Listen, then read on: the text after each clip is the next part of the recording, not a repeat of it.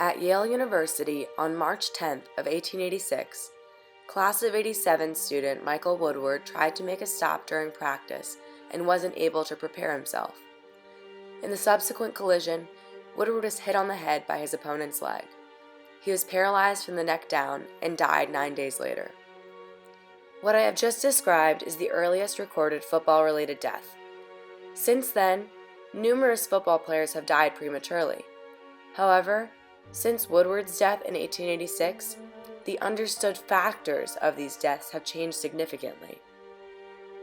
From catastrophic collisions to severe concussions to chronic traumatic encephalopathy, or CTE, football-related problems have shifted over the years, but they have yet to wane.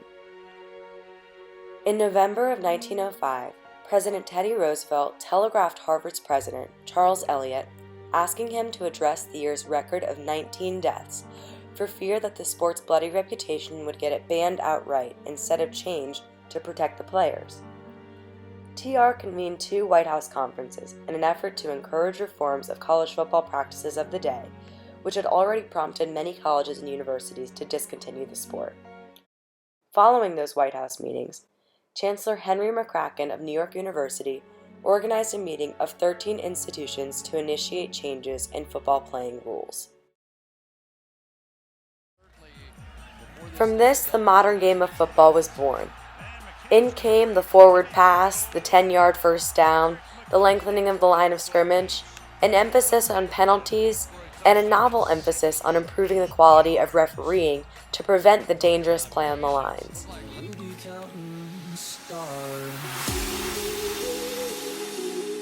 At a follow-up meeting to Henry McCracken's on December 28th of 1905, 62 higher education institutions became charter members of the Intercollegiate Athletic Association of the United States, or the IAAUS. It was officially established on March 31st of 1906, and it took its present name in 1910. You might even be familiar with it, the National Collegiate Athletic Association, better known as the NCAA.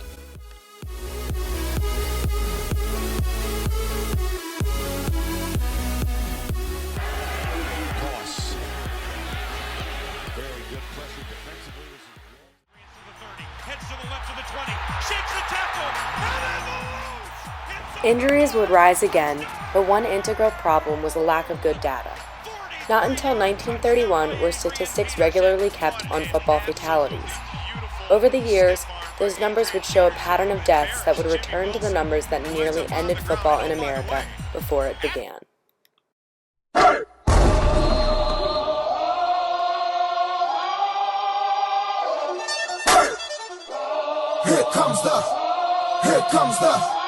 Here comes the, y'all don't really want it like that. Yeah. Here comes the, no. Here comes the, oh. Here comes the, y'all don't really want it like that. Yeah. Here comes the, no. Here comes the, oh. Here comes the, y'all don't really want it like that. Violence in football is not only an integral facet of the sport, it is also celebrated as one of the most entertaining parts of the game.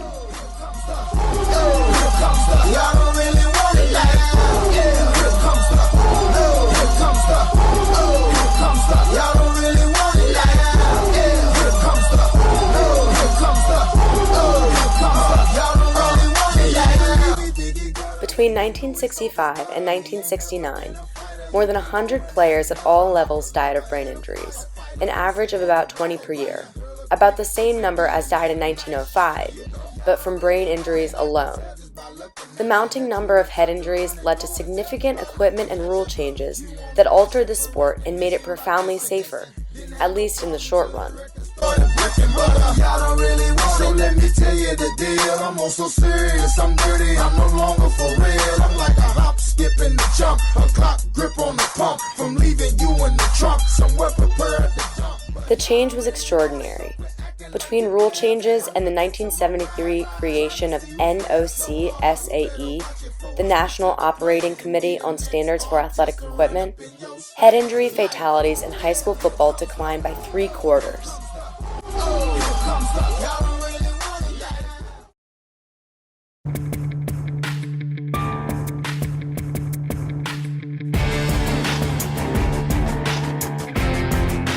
game of football starts with your pregame ritual, getting dressed in the locker room. All that equipment that you're wearing is your body armor.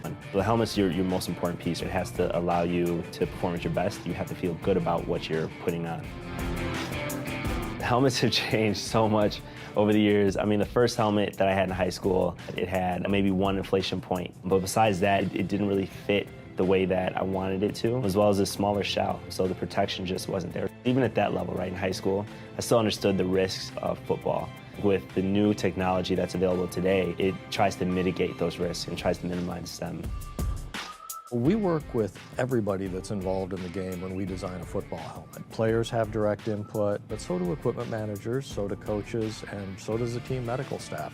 The design process is often very iterative. We pull things and push things and break things and impact things to make sure that they meet all the specifications that we require of a football helmet. Some of the new features in it that make it completely different than any other helmet on the market is the flex front. From the almost 2 million impacts that we've recorded, the majority of the impacts happened right in the frontal area here. So we wanted to ensure that we were, looking specifically at that area and seeing what we could do to improve it. The problem with this new equipment, the first generation of which was brought about in the 70s, is this. Since it is designed to prevent sudden death, it forces a trade-off with the death of 1,000 blows that claimed the Cardinals' Dave Duerson and the Patriots' Junior Seau. It's not uncommon for a player to sustain hits equivalent to the impact of a 25-mile-per-hour car crash. There is no clear threshold for injury. However, in a car crash, you stop in a matter of feet. In an NFL impact, on the other hand, you stop in inches. The dilemma is ultimately one of physics. All helmets work under the same principle. The force striking one's head, acceleration mixed with mass, can't actually be prevented. The laws of physics say that energy has to go somewhere. Ever heard of shaken baby syndrome? Well, the same abnormal protein found in players posthumously diagnosed with CTE, which I'll talk about later, is also found in the brains of children who have died as a result of traumatic head trauma. How different is the game when you're on the sidelines than when it is when you're watching television? How much more violent does it seem? How much has it changed, or has it changed over the years? Well, it's a very serious game, and it goes back to the high school physics principle that force is equal to mass times acceleration. We now have much bigger masses, we have faster fields, we have faster athletes, and we have much greater forces. And these forces get translated into knee injuries, shoulder injuries, head injuries, neck injuries. So, and the quickness, the fast, the speed of the game, the speed of the athletes, all contribute to what is surprising, not more injuries. Bone-shaking hits, the high-impact spectacular plays that people want to see, often get blamed for the rash of concussions and the long-term mental problems that they cause. But research suggests that a culprit is the totality of hits a player sustains over the course of a career, rather than particularly severe ones. The one hit that may have brought on a concussion is rather the straw that broke the camel's back. Lately, it's been difficult to talk about football without mentioning concussions. Why? Well, mounting concern over a disease called chronic traumatic encephalopathy, more commonly known as CTE. In the world of medicine, CTE is a relative newcomer. In football, we just learned about it 10 to 15 years ago. Here's what we can say. It's a progressive degenerative brain disease. It is like Alzheimer's. It can start with memory loss, mood swings, and difficulty in concentration, developing into progressive dementia, even possible thoughts of suicide. But unlike Alzheimer's, CTE can also result in significant aggression and lack of impulse control. The big difference, symptoms tend to begin much earlier in life, closer to your 40s instead of your 60s. In both diseases, there's no known cure. Researchers believe there's only one way to get CTE, and that is repeated hits to the head. What happens is that you get a buildup of an abnormal protein called tau in the brain. Scientists do know both the location of the tau and how much tau in the brain determines the symptoms you might exhibit. But scientists don't yet have a magic number of hits that results in CTE. It also isn't known who exactly would develop CTE. There are some players who take many hits and never develop symptoms. Factors like genetics and age of exposure to the trauma could play a role. How do you know if you have CTE? Just because you have symptoms doesn't mean you have the disease. In fact, as things stand now, you can only be diagnosed for sure after death.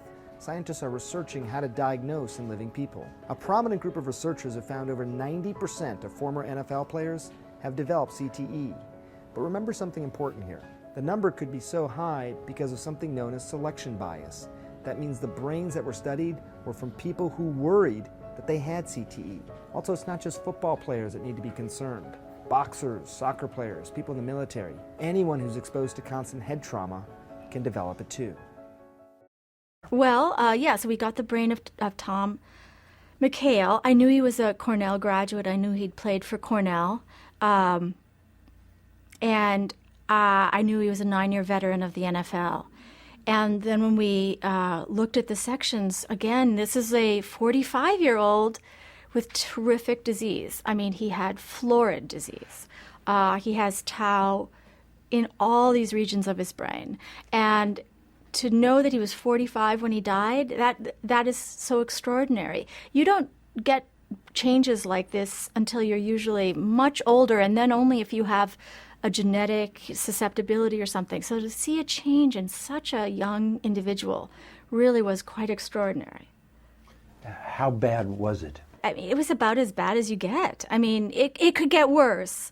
It could be end stage. It could be so bad that it's starting to sort of completely involute and the brain is starting to just shrink to nothing. But it was pretty florid disease. There were what we call neurofibrillary tangles everywhere. They were throughout his hippocampus. They were throughout his frontal lobe. I'd never seen anything like it in a person so young. And given that, and given the function of the hippocampus and other places, frontal lobes, what would one expect to see as symptoms of somebody who had disease spread like that? Well, I would have expected hippocampal involvement, memory problems, lots of problems with learning, probably problems with executive function, planning, organization, judgment. That's about as far as I would have gotten. While munching on my apple, I put the slides in and looked. Whoa! I had to make sure the slides were Mike Webster's slides. I looked again.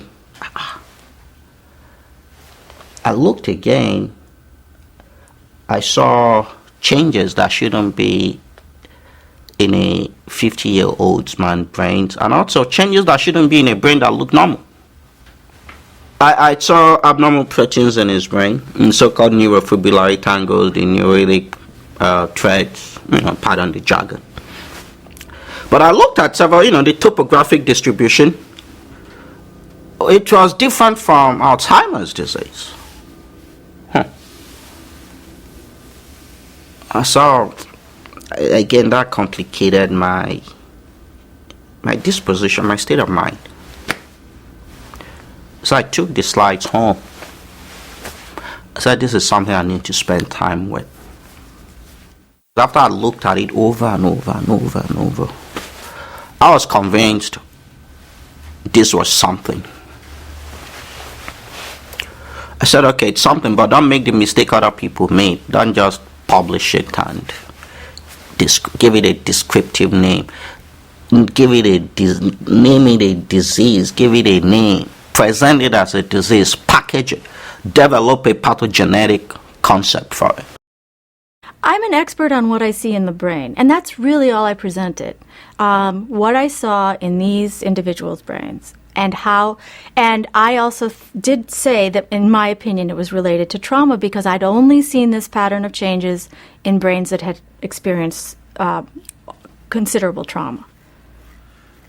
But a repetitive mild trauma, not the big blow to the head, not the big bleeding in the brain. This is, small, repetitive traumas. Head slaps. Head slaps. Helmet to helmet in the pit, on the line. Right. Things that we used to think didn't affect the brain, didn't permanently damage the brain. but I had evidence that it did. Subconcussive hits were just beginning to come into people's sight. We were just hearing from some accelerometer data that individuals, linemen, were getting like 900 to 1,500 hits over the level of 10 Gs, which is, a mild hit, but it's still something, every season. So if you think about it, if you play 10 seasons, you got, 10,000, 15,000 hits. I mean, that data was just starting to come in. Wait a minute. Say that again? Well, there's data from accelerometers. Greenwald and other people were putting detectors in the helmets to measure the velocity of the hits. And even though it's an imperfect system and it doesn't register all the hits, they were measuring 900 to 1,500 hits in a season for one player. And sometimes some players are getting 2,200 hits. One season. College football and now high school football. It's not just professional football. Correct me if I'm wrong. It seems like this threatens the very heart of American football. Yes, and some of them actually said that I'm attacking the American way of life. How dare you, a foreigner like you from Nigeria? What is Nigeria known for? The 8th most corrupt country in the world? Who are you? Who do you think you are? To come to tell us how to live our lives? It's that fundamental, what you discovered? Yes. It depends on your perception, though. My perception is, again, spiritually, seek thee the truth, and the truth shall set you free. I rather want to be told the truth, and I'll deal with the truth, than be wallowing in ignorance and darkness and lies. Well, and it has tremendous implications for little children who play football, to high school kids, to college kids, to professionals. But through the power of positive thinking, you take the information, the implications, and turn it into something positive. You rather embrace knowledge and use it to create more positive knowledge and make more positive impacts. It depends on how you look at it. That you're being objective. Who knows, if I had grown up in this country and loved football, I could have just examined Mike Webster's brain and threw it away, block it out. Because the impact, yes, it could have end up eventually generations undermine football. But there is nothing in life that is more important than the life of somebody, even just one. The parable of the lost sheep. One sheep got lost. The parable, the shepherd kept the 99 and went after the one. And so there is the one life lost is more valuable than any other activity. Some people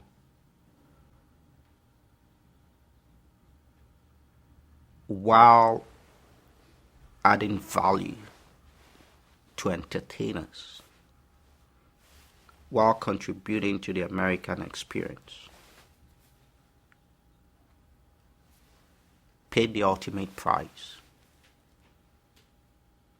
with their lives. And unfortunately, we're not aware while they were entertaining us that they were slowly losing their lives. If you're a military person and you sign up to become a member of the military, you know there's a reasonable chance that you will die, or you could suffer permanent body harm. But a football player signs up at 4 years old, which is very sad. A child of 6, 7 years old signs up. You had children who were 8 and 10 and 12. Would they play football? 8, 10, 12, no, they would not. Why? Because the way football's being played currently that I've seen, it's dangerous. It's dangerous, and it could impact their long-term mental health. You'd only get one brain. the thing you want your kids to do most of all is succeed in life and be everything they can be. And if there's anything that may infringe on that may limit that, I don't want my kids doing it. How many NFL players that are playing the game right now probably have CTE?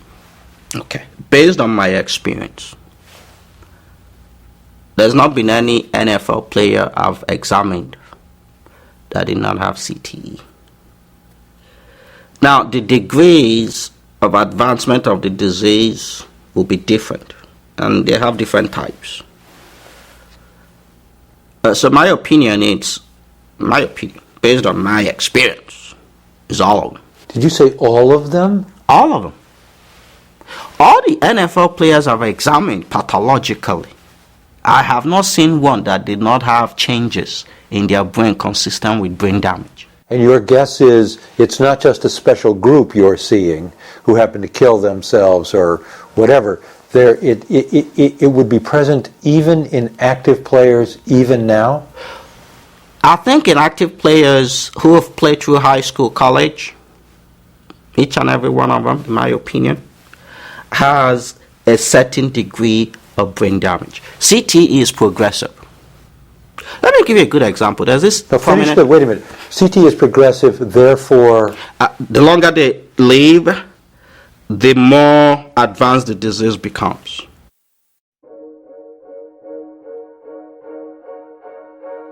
So what are the costs?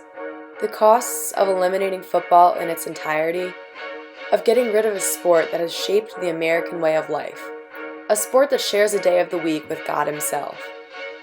At the high school level and into college, there are roughly 1.5 million kids learning leadership, teamwork, perseverance, and tenacity, things that are arguably dwindling in the youth of America today.